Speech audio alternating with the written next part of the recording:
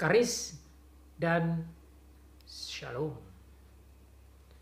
Pembacaan firman Tuhan terambil dari lanjutan kitab Wahyu, pasal yang kedua, ayat 8 sampai 11. Wahyu pasal 2 ayat 8 sampai 11. Demikian bunyi firman Tuhan. Dan tuliskanlah kepada malaikat jemaat di Smyrna. Inilah firman dari yang awal dan yang akhir, yang telah mati dan hidup kembali. Aku tahu kesusahanmu dan kemiskinanmu, namun engkau kaya. Dan fitnah mereka yang menyebut dirinya orang Yahudi, tetapi yang sebenarnya tidak demikian. Sebaliknya, mereka adalah jemaat iblis. Jangan takut terhadap apa yang harus engkau derita. Sesungguhnya iblis akan melemparkan beberapa orang dari antaramu ke dalam penjara, supaya kamu dicobai, dan kamu akan beroleh kesusahan selama 10 hari. Hendaklah engkau setia sampai mati, dan aku akan mengaruniakan kepadamu mahkota kehidupan. Siapa bertelinga, hendaklah ia mendengarkan apa yang dikatakan Roh kepada jemaat-jemaat. Barang siapa menang, ia tidak akan menderita apa-apa oleh kematian yang kedua. I'm going to also read in English.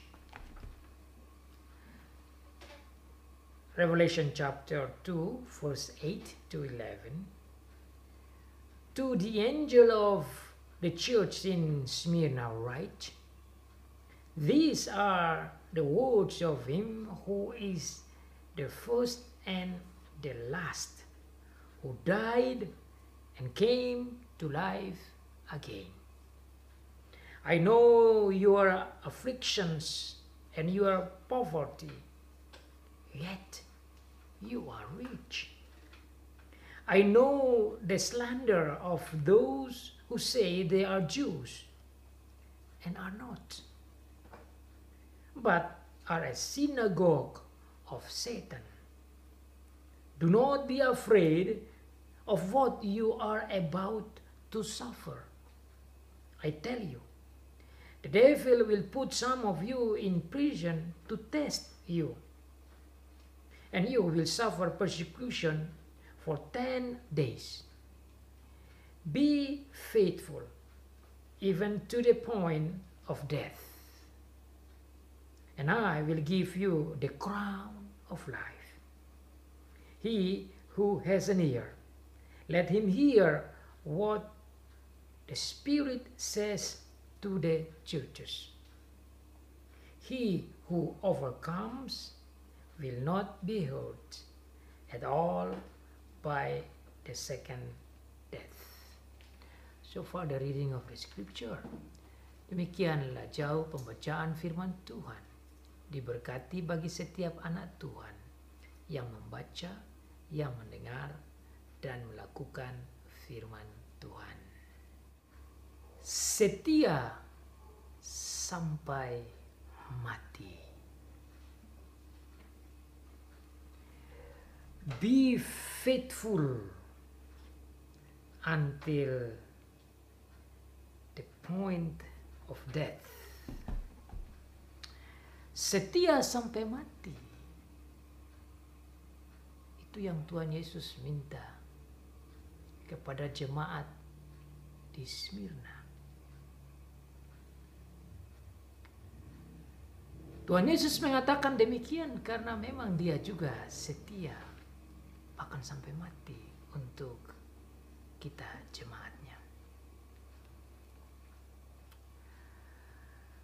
Bacaan firman Tuhan dari kitab Wahyu pasal 2 ayat 8 sampai 11 memberikan suatu gambaran yang berbeda dengan jemaat di Efesus yang kita lihat dalam pasal 2 ayat 1 sampai ayat yang ke-7. Dari ke-7 jemaat yang menjadi arah tujuan surat-surat Tuhan Yesus, jemaat di Smyrna dan jemaat di Philadelphia merupakan dua jemaat yang memiliki spesifikasi kekhususan tersendiri dibanding dengan 5 jemaat yang lain yang di Asia Kecil. Kekhususan atau spesifikasi yang saya maksudkan yaitu bahwa kedua jemaat ini tidak mendapat ancaman atau kondemnasi dan peringatan yang keras dari Tuhan Yesus. Mereka mendapat perhatian, mereka mendapat pujian, mereka mendapat encouragement atau eksortasi, semangat, namun tidak ada kondemnasi, tidak ada penyalahan, tidak ada kata-kata negatif dari Tuhan Yesus. That is quite amazing to see that these two churches of Smyrna and Philadelphia didn't have any negative sentences from our Lord Jesus Christ compared to the other 5 churches.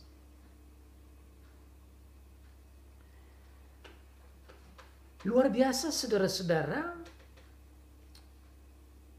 bahwa jemaat di Smyrna dan Philadelphia ini tidak mendapat peringatan atau tidak disalahkan oleh Tuhan Yesus, tetapi Tuhan Yesus memberikan pujian.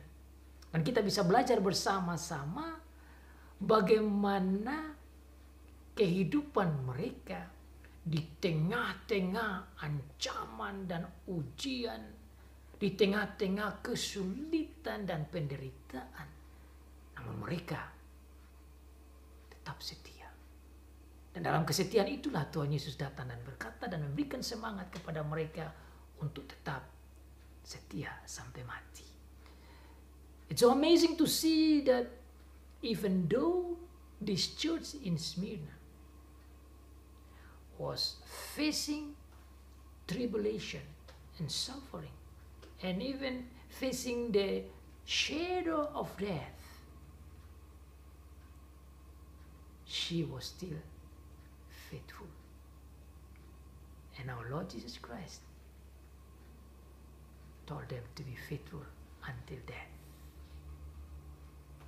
Seperti biasa saudara-saudara, surat Tuhan Yesus kepada jemaat, dia memulai dengan tujuan, salutasi, arahan, alamat dari surat, yaitu kepada jemaat di Smyrna dengan perintah secara khusus dari Tuhan Yesus agar Rasul Yohanes menulis surat yang Tuhan Yesus maksudkan. Just like the other letters, our Lord Jesus Christ always begins his letter by asking Apostle John to write to the address of the church where the letter is supposed to go, which is now to Smyrna. Makanya di sini saudara lihat dikatakan ayat 8 sebagai pembuka surat, dikatakan Dan tuliskanlah kepada malaikat jemaat di Smyrna. And write to the angels of the church of Smyrna.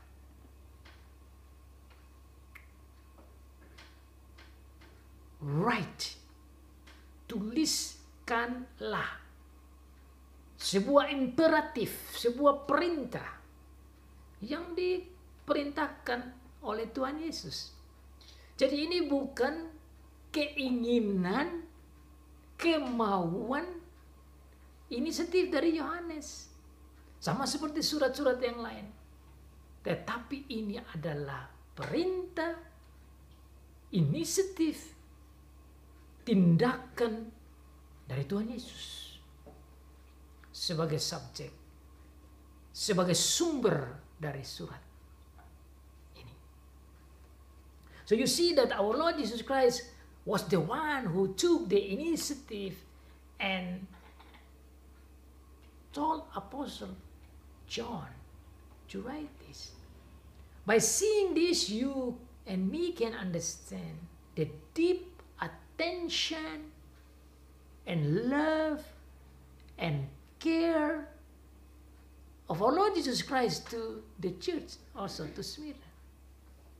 By this you see that it's not only the church in Ephesus or Pergamos or Thyatira or Sardis or other church that had the attention and love of our Lord Jesus Christ, also Smyrna. So you and me can learn about the love and the care and the attention of our Lord Jesus Christ. Jadi saudara, dengan kalimat ini sekali lagi kita belajar betapa dalamnya perhatian dan kasih dan pedulinya Tuhan Yesus kepada gereja di Smyrna. Bukan saja gereja di Efesus, bukan saja gereja di Pergamus, bukan saja gereja di Thyatira dan lain sebagainya. Gereja di Smyrna ini pun mendapat perhatian. Seperti kita telah dengar bahwa angka 7 gereja menunjukkan kegenapan, kepenuhan gereja dalam arti seluruh gereja. Maka kita boleh menarik kesimpulan dengan adanya perhatian Tuhan Yesus kepada gereja di Smyrna dan 7 gereja yang ada, maka Tuhan Yesus juga memperhatikan gereja saudara dan saya. Memperhatikan anggota gereja satu persatu. So he says that he loves the church. He is looking after the church by saying rights to the church. That means he loves each of the church. He pay attention. Not only church as an organization, but also church as a member. Members, even member of the church. One by one, member by member. Write to the angel of the church in Smyrna. Tuliskanlah dan kasih dan kirim kepada malaikat jemaat. Istilah yang sama yang dipakai di semua gereja, malaikat jemaat. Kata malaikat menunjukkan yang diutus. Malaikat menunjukkan hamba Tuhan. Malaikat menunjukkan gembala dari gereja. Dari kata malak atau angel. Jadi Tuhan Yesus menyuruh Rasul Yohanes untuk menulis isi hatinya dan dikirim kepada gembala, pemimpin gereja di Smyrna, agar supaya pemimpin gereja, gembala Tuhan, gembala dari gereja itu, hamba Tuhan, membacakan surat dari Tuhan Yesus kepada jemaat. Tugas pemimpin gereja membaca surat itu dan menjelaskan kepada mereka. Dari sini kita melihat bagaimana caranya Tuhan memperhatikan gereja lewat hamba-hamba Tuhan. Jadi Tuhan Yesus tidak saja memperhatikan gereja, tetapi juga melihat hamba Tuhan sebagai alat dalam tangannya. Maka tidak saja ditulis surat kepada gereja, tetapi surat kepada gereja lewat hamba Tuhan. This is very important for you and me to learn that when our Lord Jesus Christ asked Apostle John to write that letter of our Lord Jesus Christ to the church, even though the point is for the members of the church, but it goes through the leader of the church. Then you can see that the leaders of the church are also under the controls of our Lord Jesus Christ. Jadi kita lihat di sini bahwa bukan saja anggota gereja yang diperhatikan dan dikasihi dan dipedulikan oleh Tuhan Yesus, tetapi pemimpin gereja juga. Makanya saudara, kalau saudara banding dengan kitab Efesus, maksud saya pasal 2 kepada jemaat di Efesus, dikatakan di sana bahwa Tuhan Yesus memegang ke-7 bintang di tangan kanannya dan berjalan di atas ke-7 kaki tiang. Dan ke-7 bintang menunjukkan malaikat. Jadi Tuhan Yesus memegang, Tuhan Yesus memeluk, Tuhan Yesus memelihara, Tuhan Yesus memperhatikan baik jemaat maupun pemimpin gereja. Itu hal yang sangat penting bagi kita untuk mempelajari poin pertama dari surat Tuhan Yesus. Poin yang kedua, Tuhan Yesus memberitahukan tentang dirinya. Self-designation. Self-designasi. Pernyataan diri Tuhan Yesus. Siapakah dia? Dan setiap kali Tuhan Yesus mengirim surat kepada setiap gereja, pernyataan dirinya itu selalu berbeda, disesuaikan dengan konteks dan kondisi dari jemaat yang ada pada waktu itu, dan menunjukkan betapa dia tahu dan dia mau memberikan hiburan dan kekuatan kepada mereka. Every time when our Lord Jesus Christ gives his self-designation, he always let the church know about who he is, his power, himself, that connect with the situation and condition of the church itself. So you see here, the church in Smyrna was facing the tribulation and suffering and persecution, even facing the shadow of death and even death.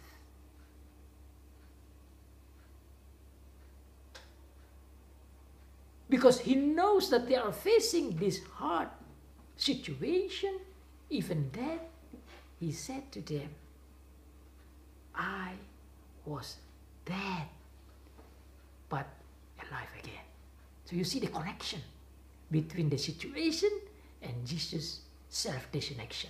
Jadi saudara bisa lihat bagaimana cara Tuhan Yesus di dalam memberikan surat dan memperkenalkan dan menyampaikan dirinya ini, keberadaannya dan sifatnya, selalu dihubungkan dengan keadaan yang ada pada waktu itu. Hal ini saudara mengingat saya tatkala jemaat di perjanjian lama. Bangsa Israel di perjanjian lama. Tatkala mereka menghadapi situasi peperangan, maka Tuhan datang dengan hambanya dan selalu memberikan pernyataan firman Tuhan dengan nama Tuhan yang sesuai dengan konteks dan kondisi. Jadi misalnya kalau bangsa Israel lagi pergi berperang, mereka membutuhkan kekuatan yang hebat, maka nama Tuhan itu disampaikan sebagai Allah yang perkasa. Misalnya Yahweh Sabaoth itu Allah yang hebat dan kuat sekali. Itu kata nama Allah itu diberikan supaya jemaat, supaya bangsa Israel mau perang, ingatlah bahwa engkau punya Allah yang kuat dan perkasa. Itu caranya Tuhan. Tatkala jemaat membutuhkan penghiburan dan sudah tergoyang imannya, maka hamba Tuhan datang dan menyampaikan penghiburan dengan mengingatkan mereka tentang Tuhan. Dengan nama misalnya Tuhan sebagai Allah yang setia. Maka nama Tuhan misalnya namanya sebagai Allah Yahweh disampaikan.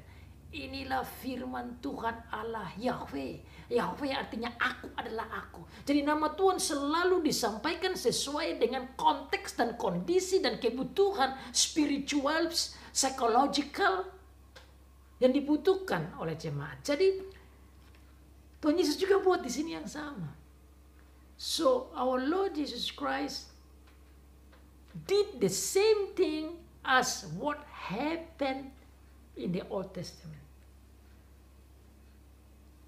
Giving, telling his people about himself with the situation that they are facing, so that they can get the comfort and be strengthened by the word of God, and so they can be faithful. That's why you see here, agar supaya mereka menjadi setia. Jadi saudara melihat di sini bagaimana dalamnya kasih Tuhan, bagaimana dalamnya perhatian Tuhan, bagaimana dalamnya kepedulian Tuhan Yesus bagi gereja dan bagi pemimpin-pemimpin gereja. Hanya dengan menyebut namanya dan dirinya sudah memberikan hiburan yang luar biasa. Sekali lagi saudara melihat dalam konteks jemaat di Smyrna ini menghadapi bayang-bayang maut, bahkan menghadapi kematian. Dan mereka ada jemaat yang mati syahid, martir oleh karena penganiayaan. Tapi karena Tuhan Yesus mau menolong mereka supaya mereka setia sampai mati, Dia datang menghibur mereka dengan menyampaikan dirinya sebagai yang sudah mati tetapi yang hidup kembali. Tujuannya apa?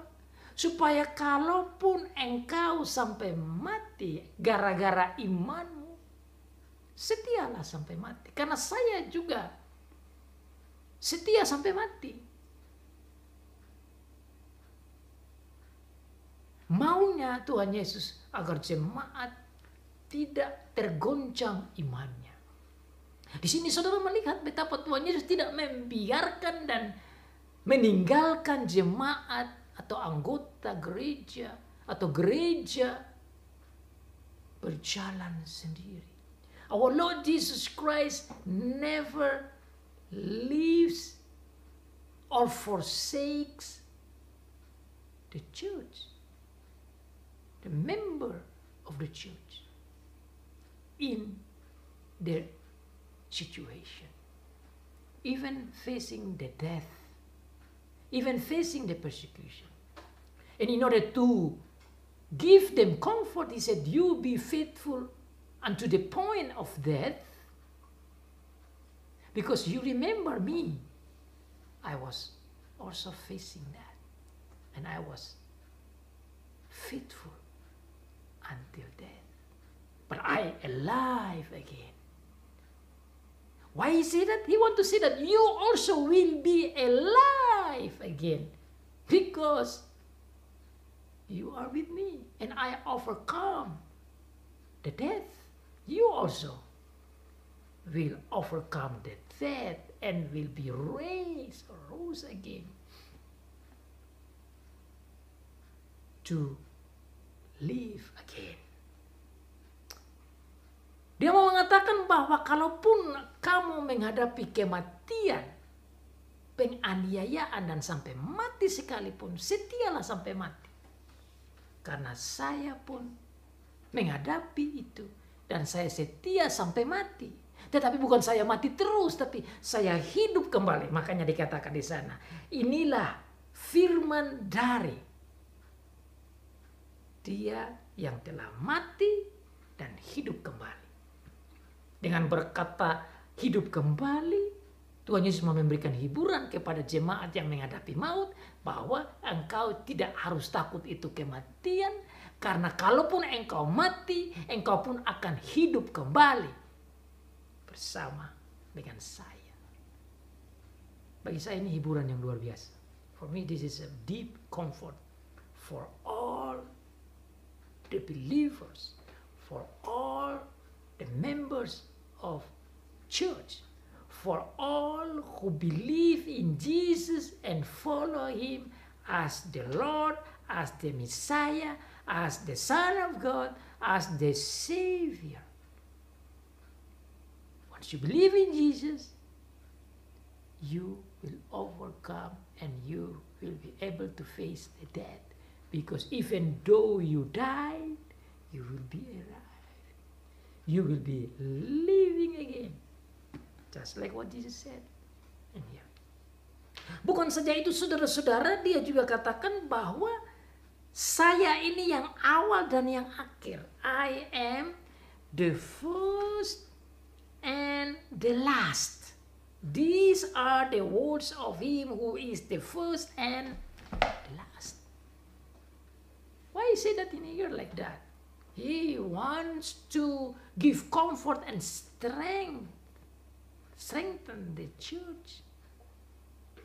That He is God. He is the one who controls the history of the church, the history of each of the member of the church. He is the one who controls the government.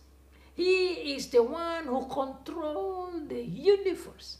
He is the one who organizes and rules everything. Just like He said before, I am the Alpha and Omega. Ini saudara-saudara dengan perkataan self-designasi, pernyataan diri dengan mengatakan saya adalah yang awal dan yang akhir. Tuhan Yesus mau katakan kepada gereja bahwa seluruh sejarah, termasuk sejarahmu sebagai jemaat di Smyrna, baik laki-laki maupun perempuan, tua maupun kecil, perempuan maupun laki-laki, kaya maupun yang miskin, siapa saja yang ada dalam anggota gereja, hidupmu ada di dalam pengawasanku, pengontrolanku, bahkan semua pemerintahan, semua dunia, semua yang terjadi di surga dan di bumi ada di dalam tangan pengawasan pemerintahan saya. Makanya saudara, tatkala jemaat ini menghadapi ancaman dari pemerintahan Romawi, mereka bisa mengingat di bahwa pemerintahan Romawi pun ada di dalam tangan Tuhan Yesus. Kalaupun mereka menghadapi orang-orang yang non-percaya, non-Christian, non-believers, mereka boleh mendapat hiburan bahwa Tuhan Yesus adalah sang pengontrol, pengatur, pemerintah ini semua. Nah, ini hiburan, saudara. Jadi hanya nama saja memberikan hiburan yang luar biasa. So you see, even the self-designation, even when Jesus just telling them about Himself, it's already brought comforts. And they get the strength spiritually, psychologically from our Lord Jesus Christ. And I thought that is a beautiful thing to see. So after giving his self-designation, number 3, you see his commendation or his praise. Nomor 3, setelah memberikan self-designasinya atau pernyataan dirinya, dia menyampaikan kepada jemaat komendasi, pujian, kalimat-kalimat positif tentang apa yang terjadi di gereja di Smyrna. Dia katakan di sana bahwa aku tahu kesusahanmu dan kemiskinanmu, namun engkau kaya. Dan fitnah mereka yang menyebut dirinya orang Yahudi, tetapi yang sebenarnya tidak demikian. Sebaliknya, mereka adalah jemaat iblis.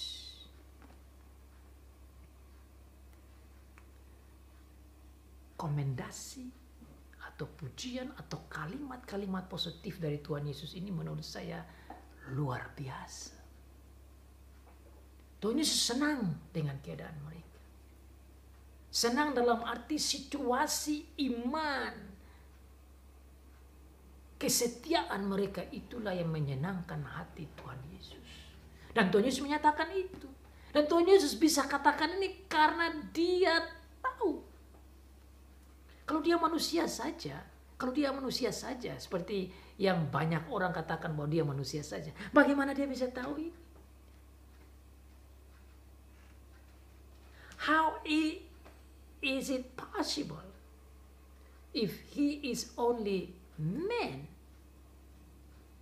He could know the situation and condition of the church in Smyrna.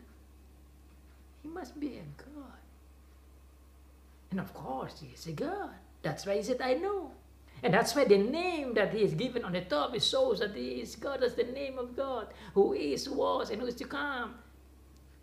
Who is the Alpha and Omega. That is the name of God. It's not man.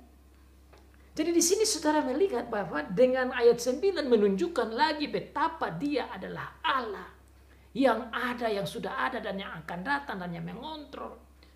Ini menunjukkan dirinya sebagai Allah yang sejati. Dan sebagai Allah yang sejati itulah dia mengetahui. Oleh karena dia ketahui keadaannya, maka dia menyatakan apa yang dia tahu. Because he knows, then he tells them what he knows. How can he know? Because he is God. Otherwise, it's not possible.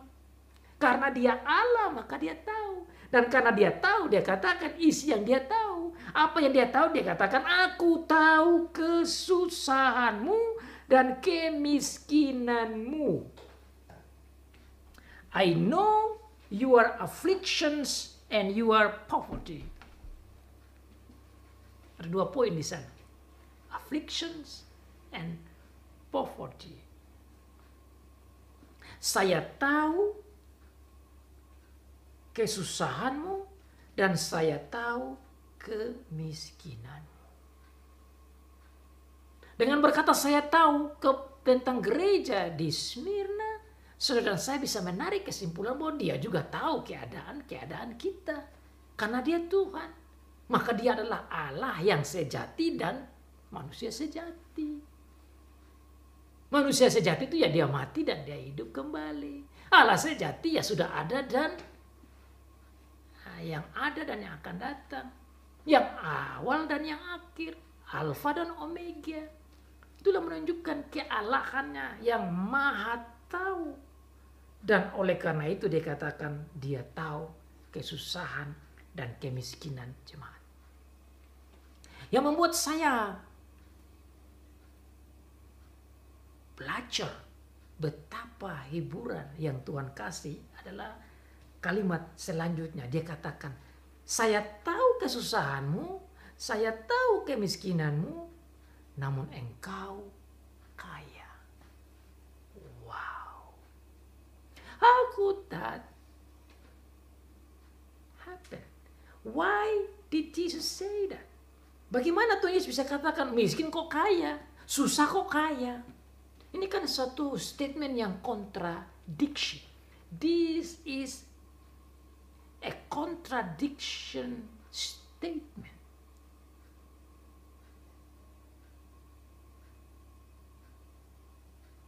Afflictions and poverty situation, but you are rich. Biasanya orang kalau miskin itu tidak mungkin kaya. Wah, miskin bagaimana kaya? Biasanya kalau orang mengalami kesusahan dan kesusahan, tidak mungkin menikmati kekayaan. Tetapi luar biasa saudara, Tuhan katakan kepada anggota gereja, kepada jemaat dan pemimpin gereja di Smyrna bahwa saya tahu susahmu, saya tahu miskinmu, tetapi engkau kaya. Ini pernyataan yang sangat luar biasa bagi saudara dan saya.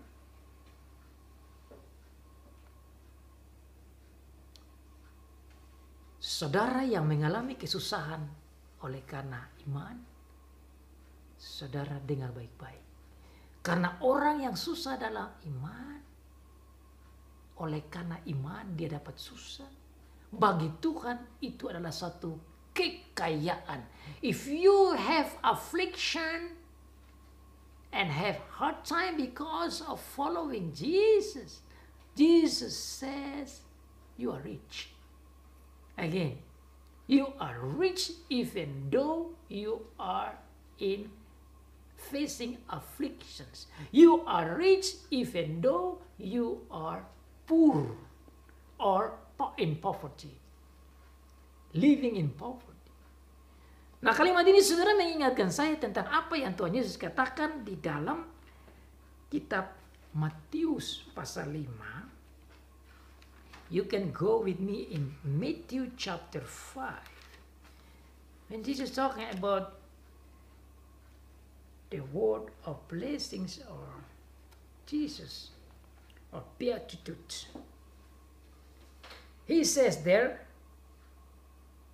blessed are he who is poor in front of God, because they are the one who has the kingdom of God. They owns the kingdom of God. Jadi saudara, kalau banding dengan ayat ini, saudara bisa lihat kenapa mereka yang miskin di dalam Tuhan di Smyrna, padahal harusnya mereka kaya, karena kalau saudara lihat di Smyrna, ini kota yang kaya raya. Itu satu kota bahkan begitu kaya dan manisnya. Ada jalan yang disebut jalan emas, ada berbagai macam perkembangan, bahkan begitu banyak uang di sana sehingga mereka membangun kuil-kuil begitu banyak di sana. Jadi ini kota yang kaya. Jadi seharusnya mereka juga kaya secara material. Tetapi karena iman mereka menjadi miskin. Karena iman mereka dapat susah. Dan oleh karena iman dan mereka jadi miskin dan susah, Tuhan Yesus katakan, "You tidak usah khawatir dengan kesusahan dan kemiskinan itu, karena dalam kemiskinanmu engkau kaya." Kenapa kaya? Karena you has the kingdom of God. Kingdom of God is yours. That's why for Jesus, you are not poor. You are not living in poverty. You are rich. Jadi saudara-saudara, kalau saudara belajar ini, saudara dan saya bisa rasa terhibur bahwa mengikut Tuhan, kalaupun miskin, kalaupun dapat kemiskinan dan susah oleh karena orang menyusahkan kita dan kita jatuh miskin karena iman, saudara jangan bersusah hati. Karena bagi Tuhan yang miskin itu dia kaya. Ini kan terbalik dengan orang-orang yang mengajarkan bahwa yang ikut Tuhan pasti kaya. Padahalnya orang-orang ini yang setia ikut Tuhan tapi miskin. Namun bagi Tuhan yang miskin secara material, mereka kaya secara spiritual. Amazing, isn't it? So you follow God, you don't have to be rich, even though you are poor materially. Jesus says, you are rich spiritually because you have the kingdom of God. Amazing, isn't it? I found this is quite amazing. Poor but rich. Affliction but rich. Suffering but rich. Only if you are in Jesus, you can say that and you can have that.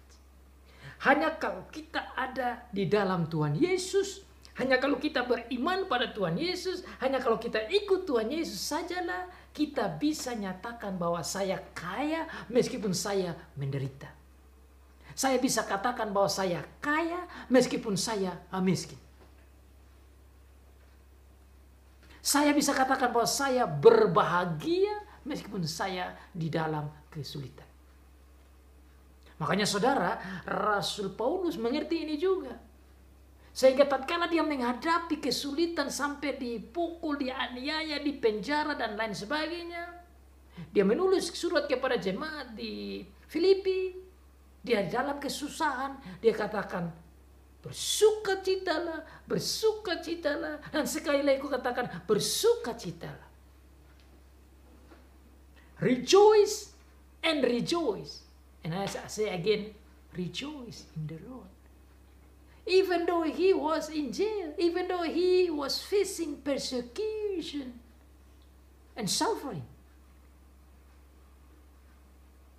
But how could he able to say that?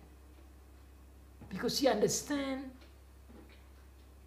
the kingdom of heaven is his. So, living in tribulations and afflictions and suffering is a rich situation, and actually it's a blessing. I can say that. Jadi sepertinya saudara, orang yang percaya dalam Tuhan Yesus, kesusahan itu dilihat seperti berkat. Kesusahan itu dilihat bagaikan kebahagiaan. Dengan pernyataan ini saudara, ini sepertinya berbeda dengan fakta yang diajarkan oleh orang. Orang hanya bisa berbahagia kalau dia senang. Orang berbahagia kalau dia kaya. Orang berbahagia kalau dia aman-aman saja. Orang berbahagia kalau dia nikmati itu hidup. Tapi kalau kesusahan tidak mungkin dia bahagia. Kalau miskin tidak mungkin dia senang. Tapi saudara lihat di sini, suatu pengajaran, suatu pernyataan, suatu kesimpulan, suatu hiburan yang sangat kontradiksi dengan pengajaran dunia. Karena dunia selalu mengajar kita hanya bisa senang dan bahagia, dan itu berkat kalau kita kaya raya, kalau kita tidak dapat susah. Tetapi hari ini kita belajar dari Tuhan Yesus bahwa tidak selamanya kesusahan itu membawa ketidakbahagiaan. Tidak selamanya kemiskinan itu membawa kesusahan. Tetapi kesusahan dan kemiskinan, bahkan ejek-ejekan, bahkan olok-olokan, bahkan penganiayaan, bahkan kematian sekalipun menjadi berkat. Menjadi suatu hal seperti ada dalam keadaan kaya raya.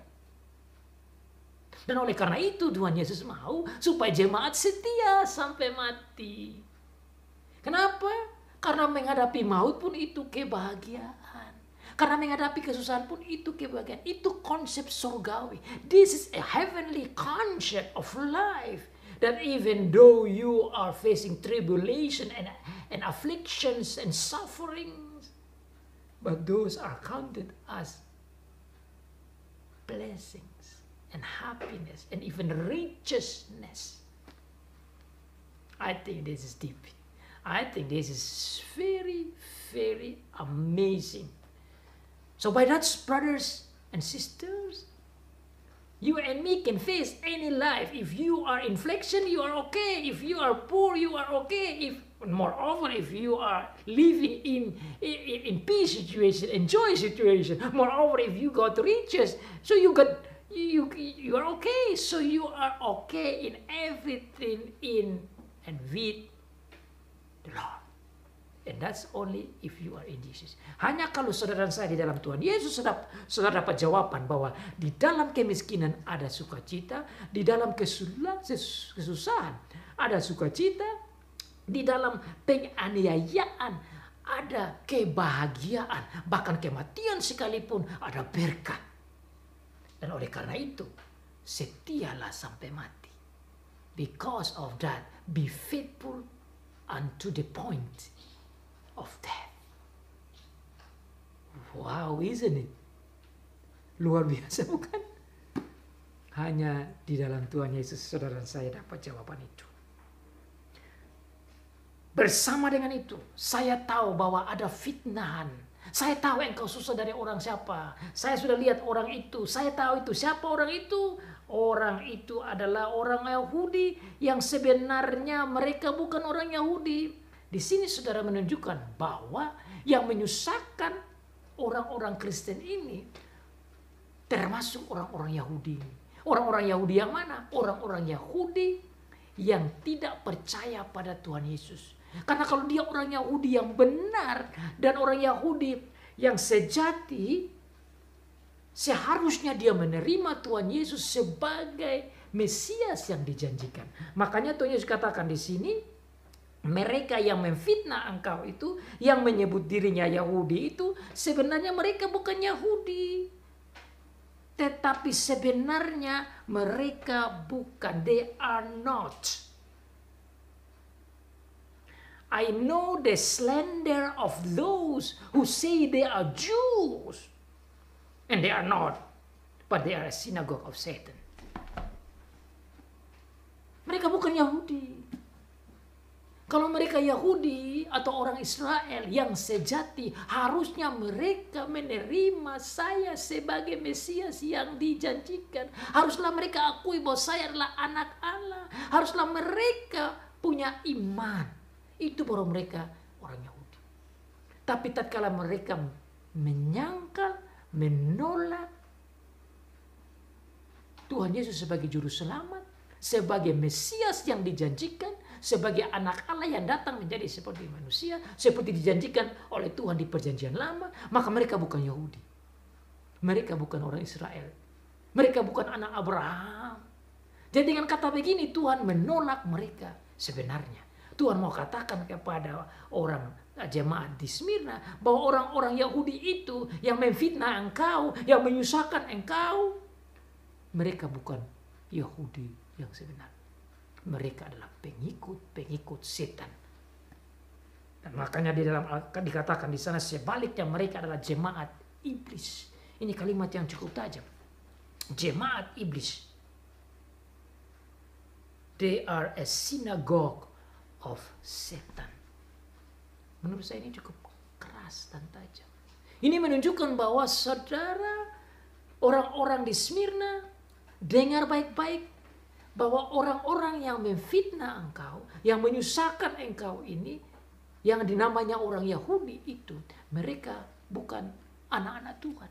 Mereka adalah anggota sinagog. Itu kan seperti gereja sebenarnya. Tempat ibadah, bahwa mereka adalah kumpulan orang-orang pengikut setan. Itu kasar sekali, keras sekali menurut saya. Tuhan Yesus begitu tajam sekali menyatakan ini kepada orang-orang di Smyrna untuk melihat bahwa mereka ini bukan pengikut Tuhan. Mereka bukan Yahudi yang benar, mereka bukan Israel yang benar, mereka adalah anggota jemaat setan.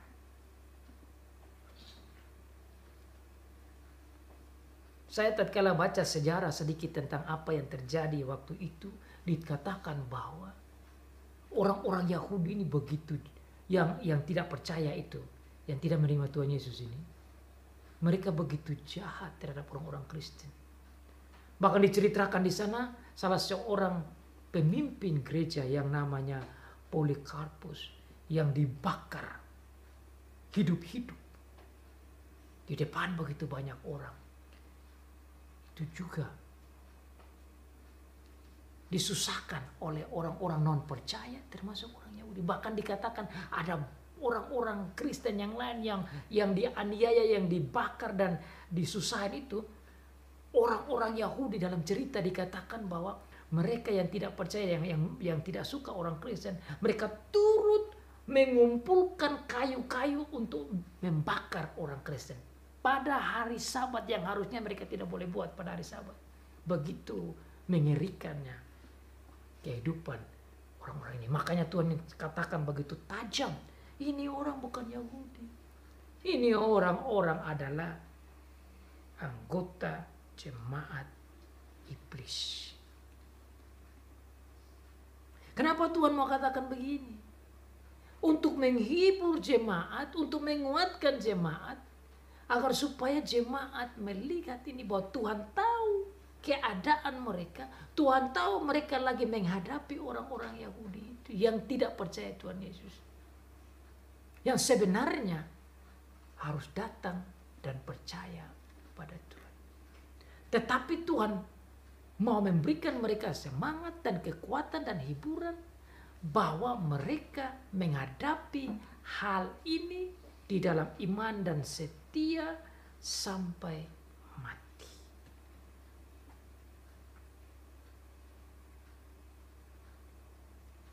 Tuhan Yesus begitu sayang gereja yang sulit ini. Gereja dan anggota gereja di Smyrna rela menjadi miskin meskipun mereka bisa kaya secara material karena hidup tinggal di daerah yang cukup kaya. Smyrna kota yang cukup kaya, jadi memungkinkan untuk mereka ini berbisnis dan bisa berhasil.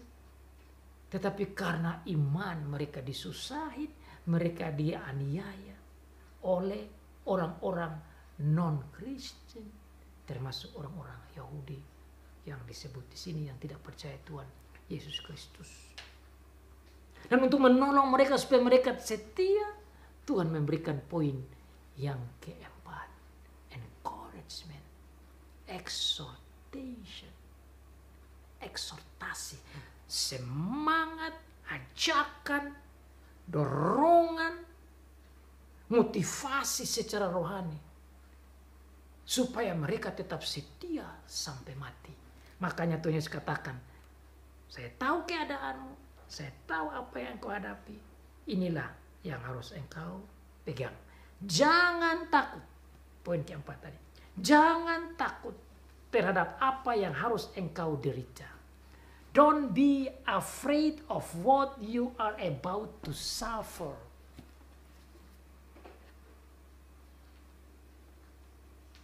That shows that he knows. But because he knows they are going to suffer, he gives them encouragement, motivation, exhortation, so that they can continue to be faithful to the Lord. Maunya Tuhan supaya mereka tetap setia kepada Tuhan, setia sampai mati. Jangan takut terhadap apa yang harus engkau derita. Kalimat ini menunjukkan bahwa engkau akan menghadapi penderitaan lagi. Engkau akan menghadapi penganiayaan lagi. Engkau akan menghadapi kesulitan, bahkan kemiskinan. Jangan takut. Kata jangan takut ini sangat luar biasa. Kata yang sangat menghibur jemaat.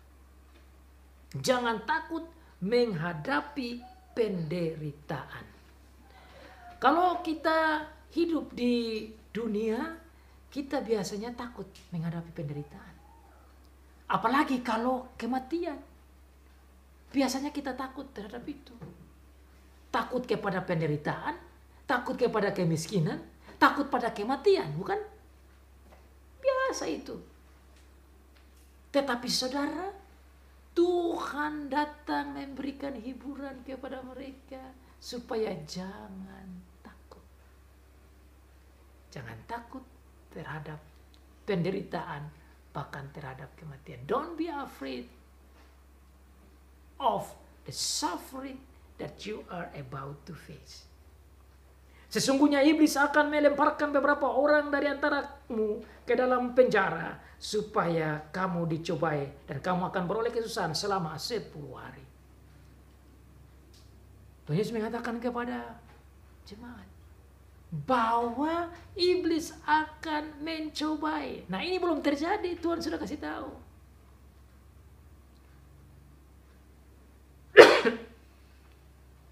Kalau dia bukan Tuhan, tidak mungkin dia tahu sebelum apa yang terjadi.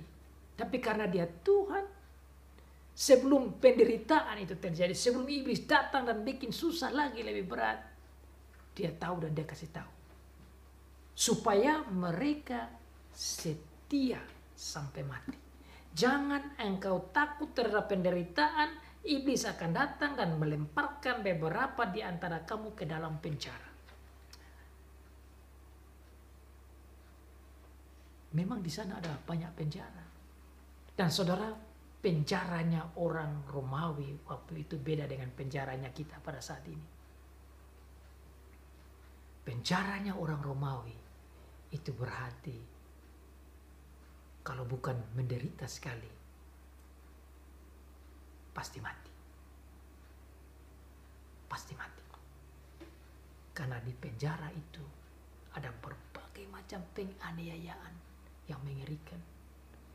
Di dalam penjara itu bisa diarahkan untuk dimakan oleh binatang-binatang buas. Karena dalam penjara itu bisa terjadi pembakaran orang-orang yang hidup. Orang dibakar. Nah saudara, kalau saudara lihat begini, saudara, kalau saudara baca saja firman Tuhan, saudara pikir, ini penjara. Penjara saja kok. Oh, this is not a little fun jail like what we are seeing in the jails now. People in jails now, you can lay down, you can have food and a lot of rights that even they have in the middle of jails. So you have a lot of nice jail during these days. But at that time, that jails means shadow of death and death. And that's why our Lord Jesus Christ gave them the encouragement. Even though you are going to die, suffer and die, be faithful. Because I know, setialah sampai mati, karena aku tahu, meskipun engkau akan menghadapi kematian sekalipun di penjara-penjara yang berat itu, aku tahu, aku ada, aku lihat.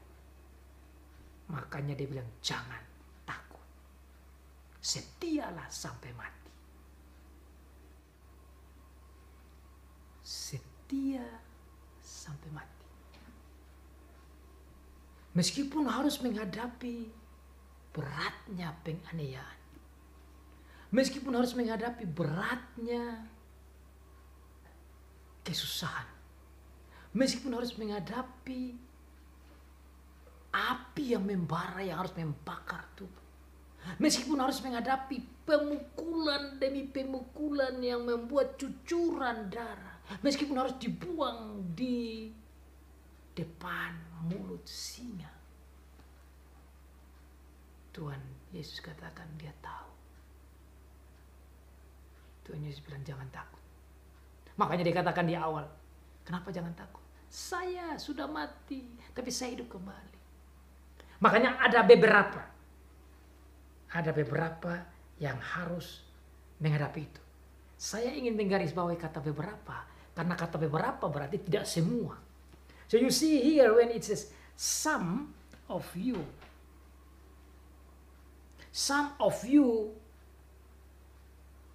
in prison to test you.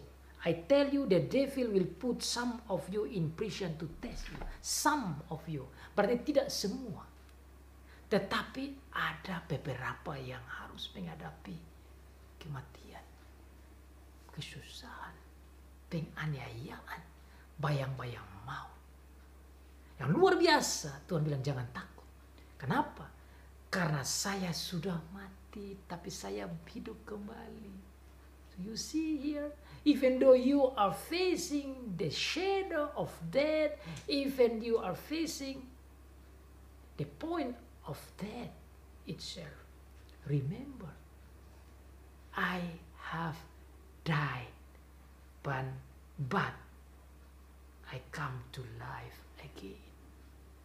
Saudara, ini membuat jemaat yang dalam keadaan begitu, mereka menjadi berani, mereka menjadi setia, mereka tidak takut, mereka siap menghadapi kematian. What a wonderful and amazing Savior we have.